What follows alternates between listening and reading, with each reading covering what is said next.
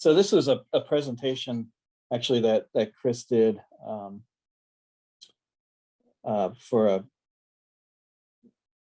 a web Zoom discussion that we had with through state history. So in 2020 and 2021, we the Bureau of Land Management,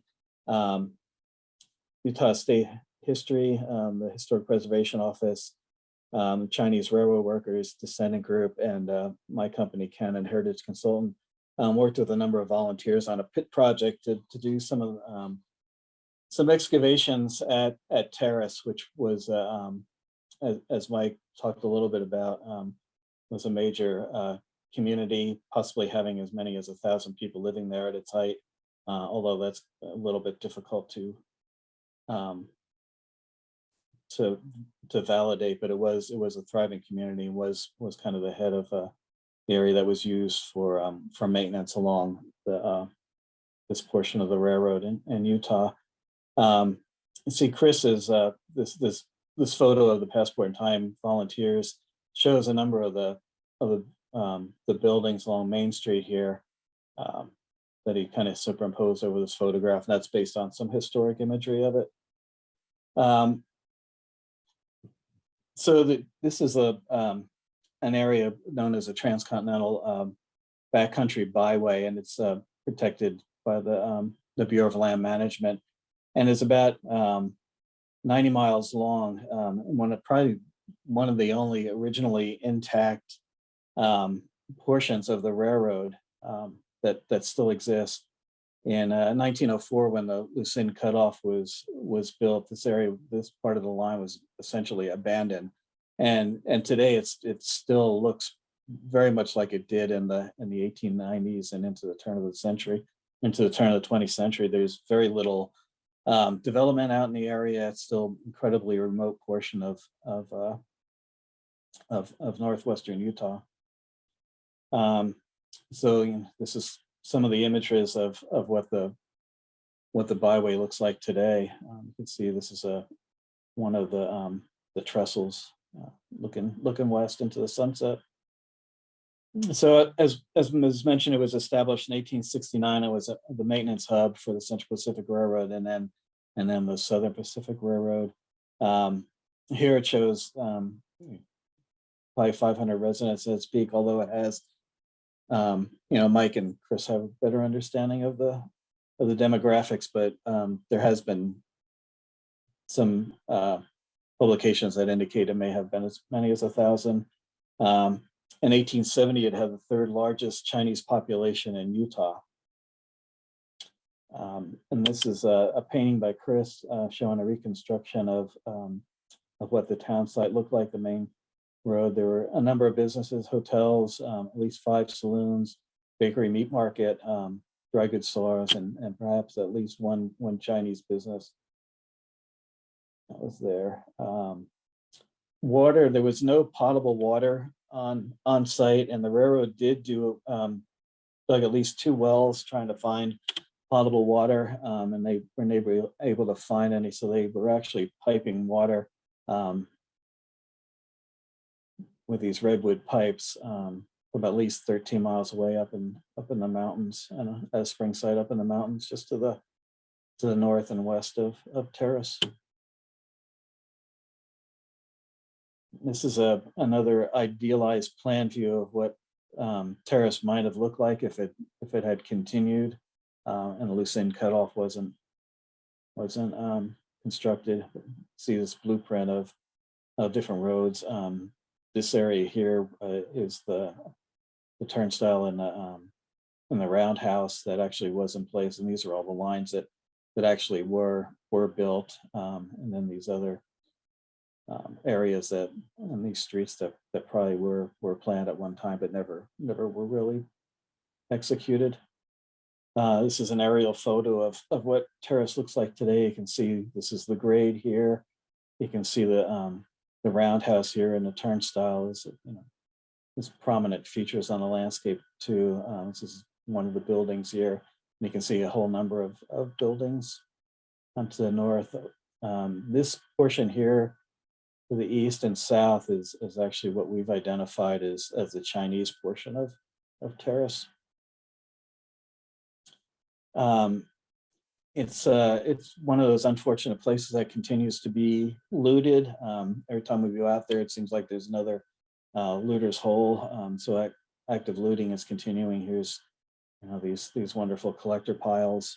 The BLM had constructed, I think 3 or 4 years ago, these wonderful interpretive signs on all of the Terrace, as well as some of the other section stations along there. And almost immediately after, I think we were out there like a month after one of the signs had been constructed and had already been shot up. So it's because of its remoteness, it's really difficult to protect.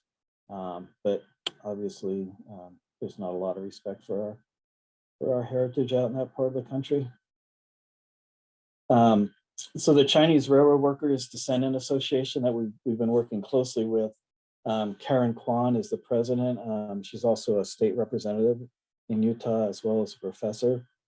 Margaret Yee is another key person in the Descendants group, and she's an entrepreneur and has also been involved in a number of activities with the Chinese descendant community, has worked with the governor's office on trade and various other things. So these are some wonderful people that have been involved with us. And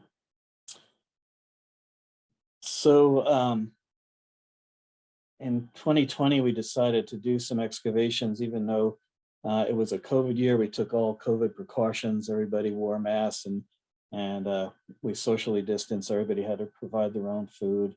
But we were able to do some initial work out there, identifying one of the structures in Chinatown that we wanted to excavate. And then in 2021, we went back for a second session of excavation to complete the excavation. So this is just some statistics on the volunteers who worked with us in September and 2020 and May of 2021. We selected some areas based on some of the ground penetrating radar we did in the Chinese portion of Terrace. 4 areas were identified for testing. We also have been doing substantial surface collection and surface identification, and doing a bottle survey. This is just some of the images from the ground penetrating radar. It shows some areas that these anomalies that look like that there was a structure here at one time. So that's what we use to help identify the areas of excavation, as well as some of the pilings and structural debris that was around. So Bill Lindsay was the one who was out there doing the bottle survey. He was identifying bottles in the field, and then we were mapping them in place. And this is kind of a quick overview of different types of bottles that he's identified.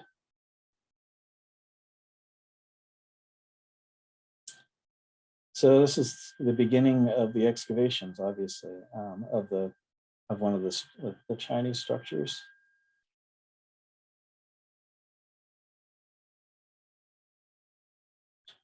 And this was one of the really exciting things, is when we started to hit the floorboards.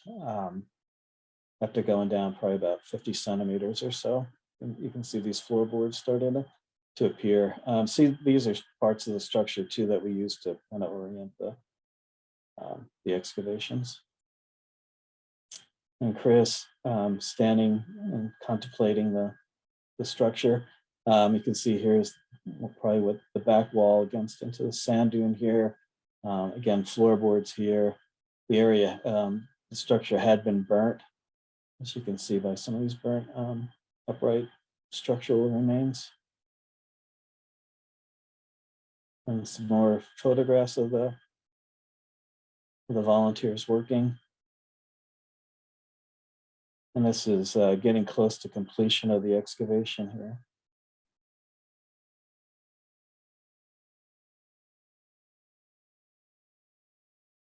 That's superimposed probably the size of what the structure looked like. This nice animation that Chris has done. The doorway. Some of the fun stuff that we found during excavation. Some of the artifacts that were collected. Wintergreen bowl and a Chinese coin here. Oh, I didn't need to put those other photographs, but here's a whiskey bottle and some peanuts, coconut, melons, and Chinese dates. But I think there's quite a few more, aren't there, Chris? Of these remains still to be identified. And then some pretty interesting personal items.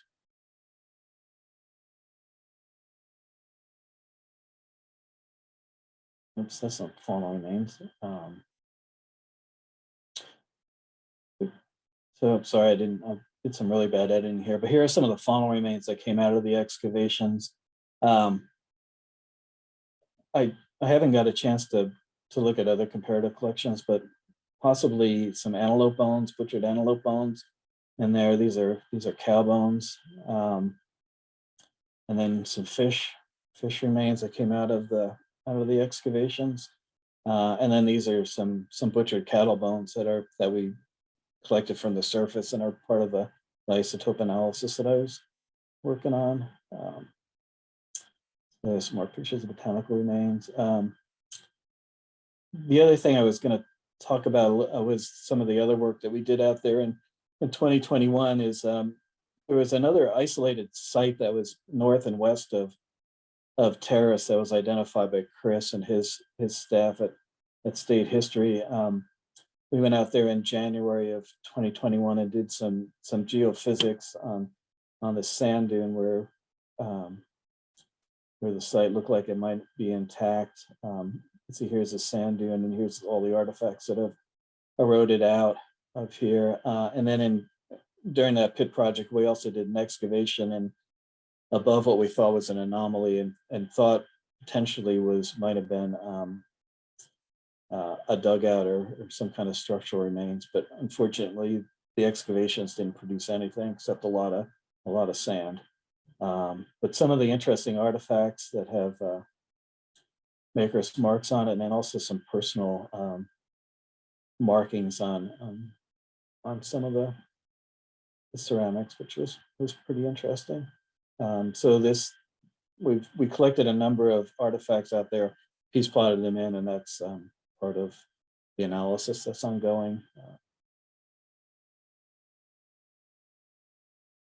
So at the end of the excavations, we had Public Day Lieutenant Governor Deirdre Henderson came out, State Senator Scott Standel and Representative Karen Kwan were all in attendance for this. It was covered nicely by the news media, and we've got a link to that's still available.